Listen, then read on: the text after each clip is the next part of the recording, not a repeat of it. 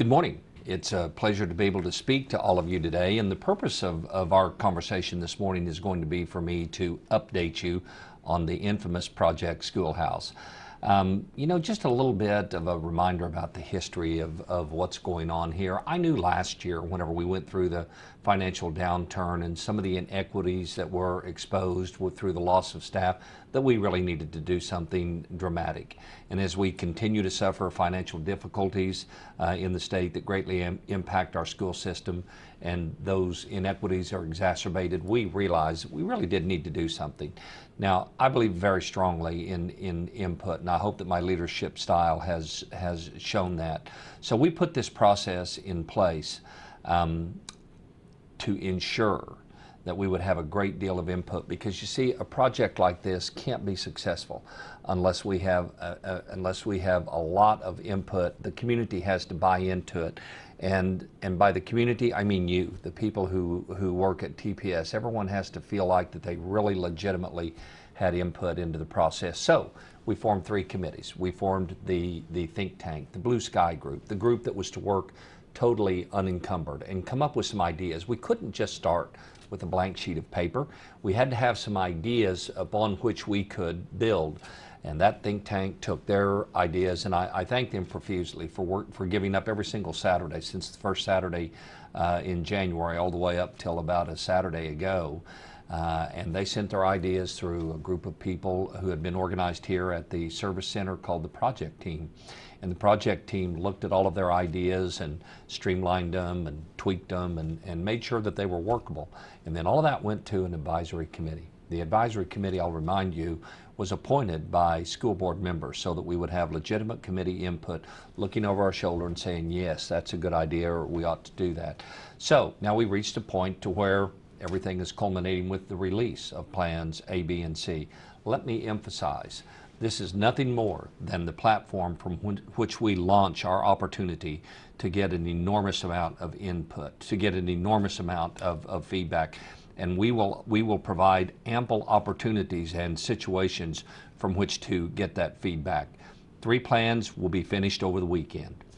I'm actually taping this on Friday afternoon. I started out with good morning because you're going to be seeing this in the morning, but those plans will be tweaked and will be finished up over the weekend, and sometime during Friday we will bring those to the point to where they're ready to be released. When you get up Tuesday morning, you're going to read about the plans in the paper, because they will be finished and they will be released to the media.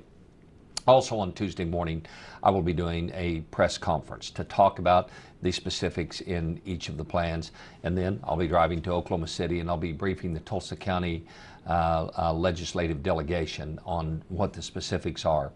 But specifically, here's what it means to you. There will be recommendations in each of these plans that could impact where you currently work. Understand this, those are only plans. Understand this, it will not be Plan A that will be adopted, or Plan B that will be adopted, or Plan C that will be adopted.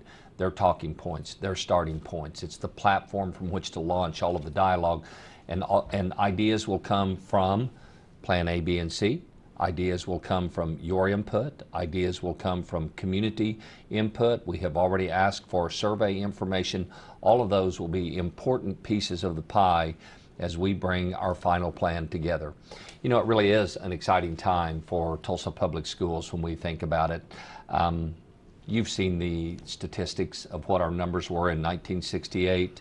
Well over 85,000 students. You've heard the numbers, what our enrollment was in 1952, 42,000 students in 56 schools. And today, 42,000 students in 89 schools. You know, the good thing about this is we really have stabilized. We're not in that post-World War II baby boom situation where those kids are we're coming through. We're in a stable situation though, and we just need to make that necessary correction. Not just thinking about, well, we combine a couple of schools because they're next to each other and one's under-enrolled and the other one has the capacity, but it's the time to think about grade configurations and exactly how we want to do this. I view this as a great opportunity for us, and of course it is driven somewhat by the financial difficulty that we're facing, but the savings that are realized from this must first and foremost those savings must first and foremost go into making for better instructional opportunities for students. And in closing, I will say that's what this is all about, is creating a better instructional environment for the students who attend Tulsa Public Schools. It won't be easy, it will be difficult, but the final product, when we are completely finished, we will be a much stronger, we will be a much better school. We welcome your input, we want your feedback, we want you to communicate with us, and we will be providing that opportunity so that we can come up with the very best possible structure for the students of Tulsa Public. Thank you.